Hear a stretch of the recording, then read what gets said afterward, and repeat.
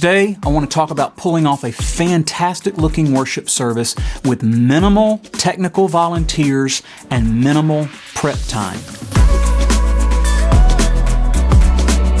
For many churches, there's a large pool of people that are more than willing to help when it comes to the technical aspects of producing a service each and every week. What I really wanted to focus on was an option for people who had a smaller venue and didn't have the manpower or the volunteers to run that each and every week. And maybe you fall into that camp, and maybe like me, you don't have the time to come up to that venue 2 or 3 hours ahead of time to get all of those little tasks done. So today I'm going to show you the ways that I cut down on my time right before service as far as the prepping the stage and getting the venue set for each and every service. I also wanted to mention that just because this video is detailing on how to quickly prep a service, that doesn't necessarily mean the planning phase of it. Each and every week I spend multiple hours a week actually planning and thinking through the content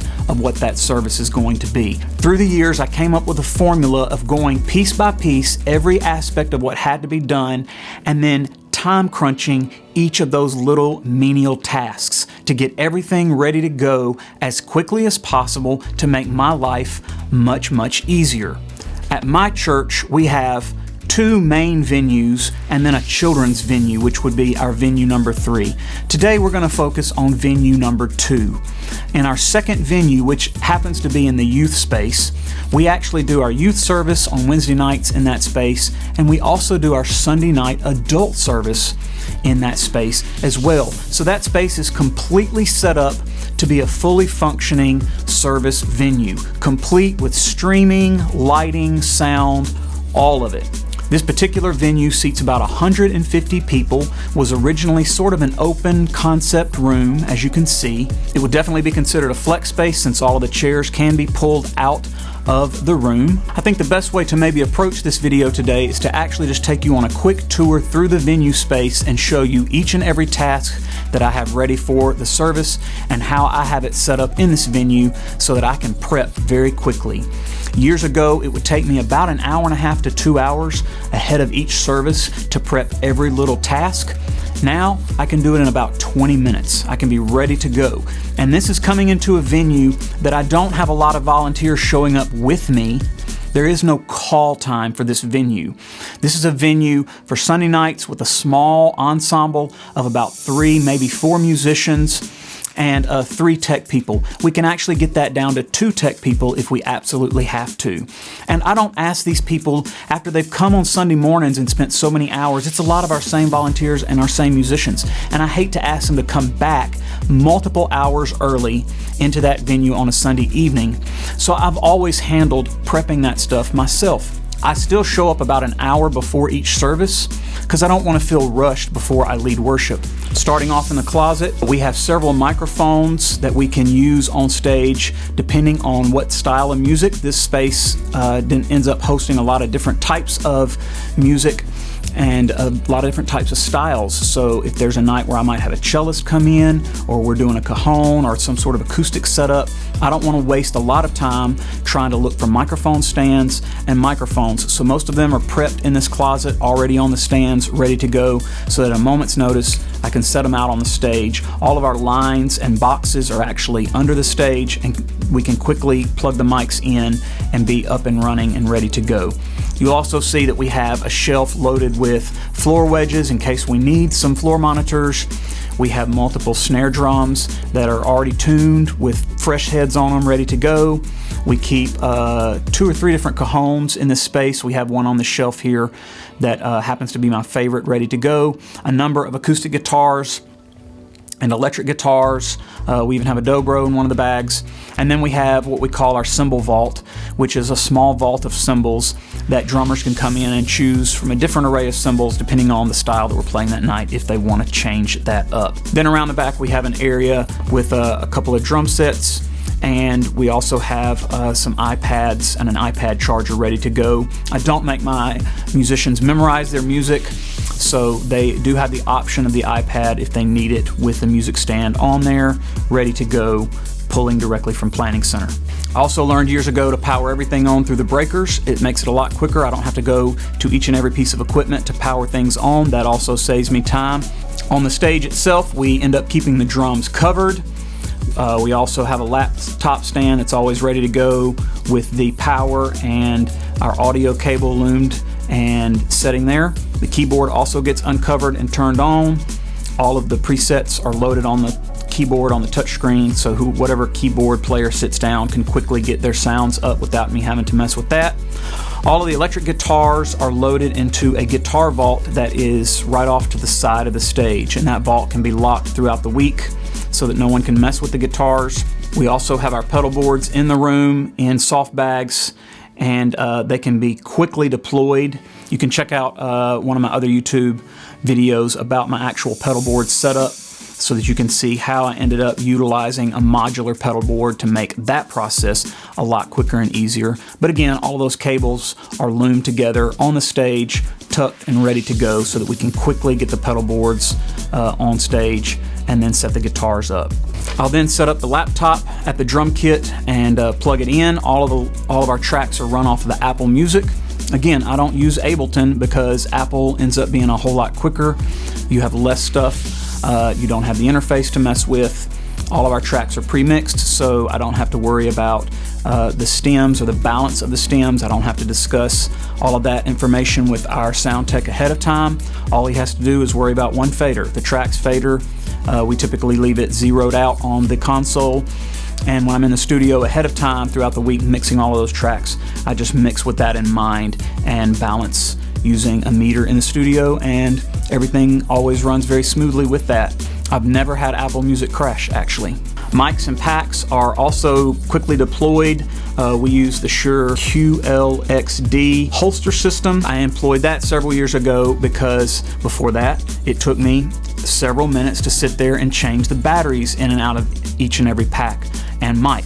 And so once we got the QLXD system, we loaded all of the Shure batteries in there and then bought one of the holster setups so that the mics and the packs could just be holstered in, and every time a musician comes in and grabs their mic and their pack, they're always charged and ready to go. So it's, again, a time saver.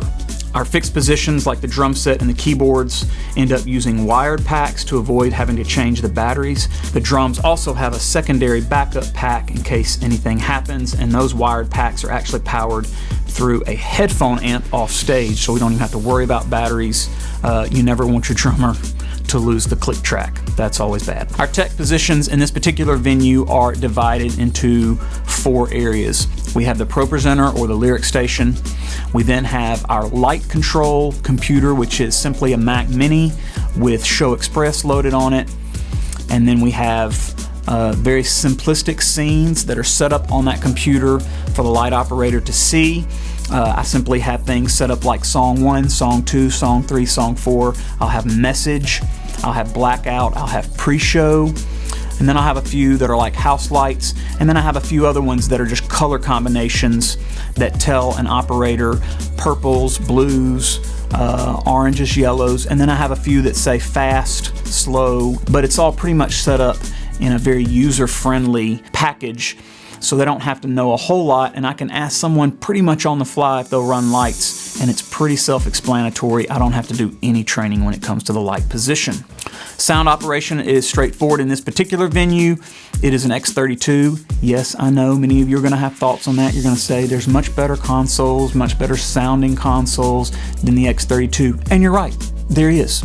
But for this venue, and for the price point that we had at the time, the X32 fit the bill, and it still works great, and I never have anyone complain in that venue about the sound. And then our last position is broadcast or streaming setup, which happens to be set right next to the soundboard. For this particular setup, we have a very powerful gaming computer that has been crammed with RAM and hard drive space. We have vMix that's loaded on that computer. We actually control all of our cameras in that venue with an 8-channel Blackmagic switcher. We have 3 main cameras in the back. One of those is a remote control camera that the operator sitting there at the table can get separate shots if they want to. They typically don't. And then we also have a number of action cameras that are all around the stage. Those action cameras are actually PTZ optics action cameras, and everything is powered. So when you turn that breaker on in the back, like I talked about earlier, all of the cameras power up on the stage, all of the cameras power up in the back. Blackmagic powers up, computer powers up, everything powers up, and it's ready to go. All the operator has to do is click the icon on the computer that says either Wednesday night for the youth service or Sunday night for the adult service. Once they click that icon, all of the streaming presets for that particular service comes up, and then all they have to do is click the button that says stream. When they click stream, we automatically go live out to broadcast, and then they can just sit at that little desk and click that Blackmagic switcher to grab different shots around the stage and different shots from the back 3 cameras. It is simplistic, easy. Again, I don't have to do training on all of that stuff. I can tell them 2 or 3 different things and they're ready to go. Because our light setup is rather fancy for a small venue like this, we do use haze in the room, but again, the hazers are actually wired. We have one in the back of the room, one in the front of the room. They're small hazers. They're actually wired into red receptacles that I had an electrician power into the building, and then both of those red receptacles actually route to the back wall right next to the sound console on a regular old household switch, light switch, that they can just turn on, and when they turn that light switch on, the hazers power up, and within about a minute or 2, the room starts to haze.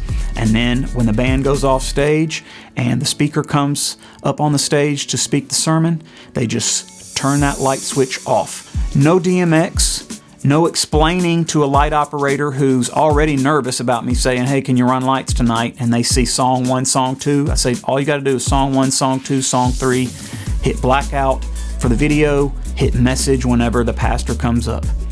Easy. I'm not going to tell them, oh, by the way, you have to turn the haze on 5 minutes before the service and then make sure you turn the haze off. They don't have to worry about that. My sound guy will just turn around and cut the haze off.